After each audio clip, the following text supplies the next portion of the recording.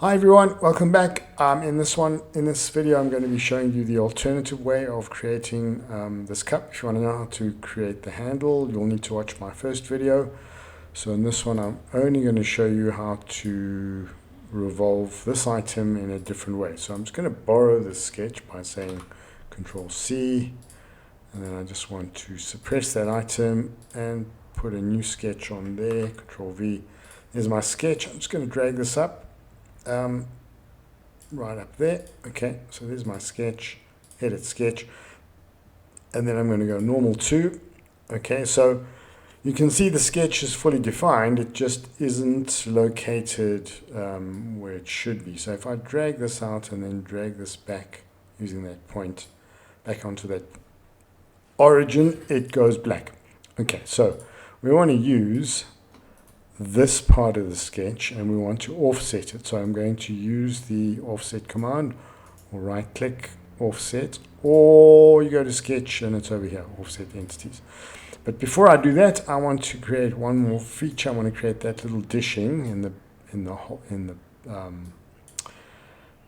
the base. So I'm going to use a 3-point sketch, and I'm just going to sketch from here to here, roughly like that. Now it's very important that this meets that line at a perpendicular, which means that it should meet a horizontal line at a tangent. So there's my horizontal line. Okay, so that's horizontal, and I'm going to click on this item, and then I'm going to select Make Tangent in the context menu, and then we want to control the height. So let's make this about 2. Okay, and then I want to control this width here.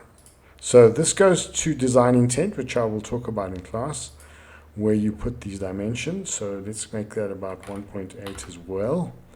Okay, so what I could have done, and let's delete that, I could have done this instead. All right, given a diameter, that's fine actually, it's not a problem. It's just that right now, that thickness there, for me, is more important than the diameter. So the thickness and the height are more important than the diameter. It's the same thing, it's just which one do I want to control using the dimensions. So there's my basic profile. I will delete this one here. So that's gone, I think. I hope it is. Yes, it is gone. I can see because it's gone blue, which means I need to re-establish that and that one as being coincident. There we go. It goes black. Okay, so that's my profile. I'm going to select the line and then say offset entities, and we want to be offset by 2 millimeters. I'm going to pull my mouse to the inside, and there we go. I've got it. Okay. So I could, in this case, I could put like a fillet in here, a radius. In fact, let me do that just to show you how that works. So in my previous model, there was 5. I'm going to copy that. So I'm just going to select this point. It seems that that's not possible. And say OK. Okay, I hope this is looking familiar to you. It's the same profile as we had in the other one, just now drawn as a sketch. Okay, so I want to round this off, so I'm going to use 3-point arc again, and we're going to do 2 of these. We're going to do 1, 2, like that, and then do another one to round about there. Actually, no, I think this would be easier if you did this. So I'll explain what I'm doing in a minute. So let's just delete that, and then watch out, there's a little bit that might miss your attention. And then I want to make these 2 tangents. I'm going to, instead of selecting 1, 2 items, you can select the point that connects them and say make tangent. And then if I give this a dimension, right, so in the last one, what was that? Let's make it quite gentle, say 40.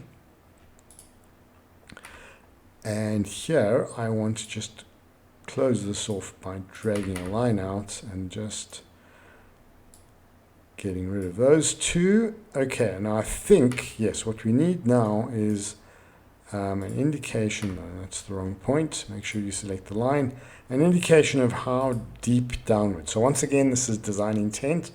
I think in the last one I made it about 6, let's make it 7. So that there is important to me in this instance, although I could obviously have taken that position from the origin as well. But that's what I want. So I'm gonna finish off that little bit using a fillet instead of using the fillet in the sketch. So I've got a closed, no, it's not closed yet. So what we need to revolve this is for it to be closed. So I'm just going to close off this bit at the bottom by going from there to there. Okay, there we go. Fully defined. You can see it is, and it's also closed.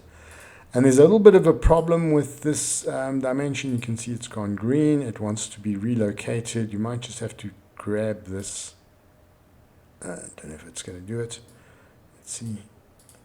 You might have to just re-establish it. So just go from there. Remember, if you've got your center line in place, if you pull the mouse to the left or to the far side, you get a diameter. To the closer side, you get a radius. So there we go. I want that one.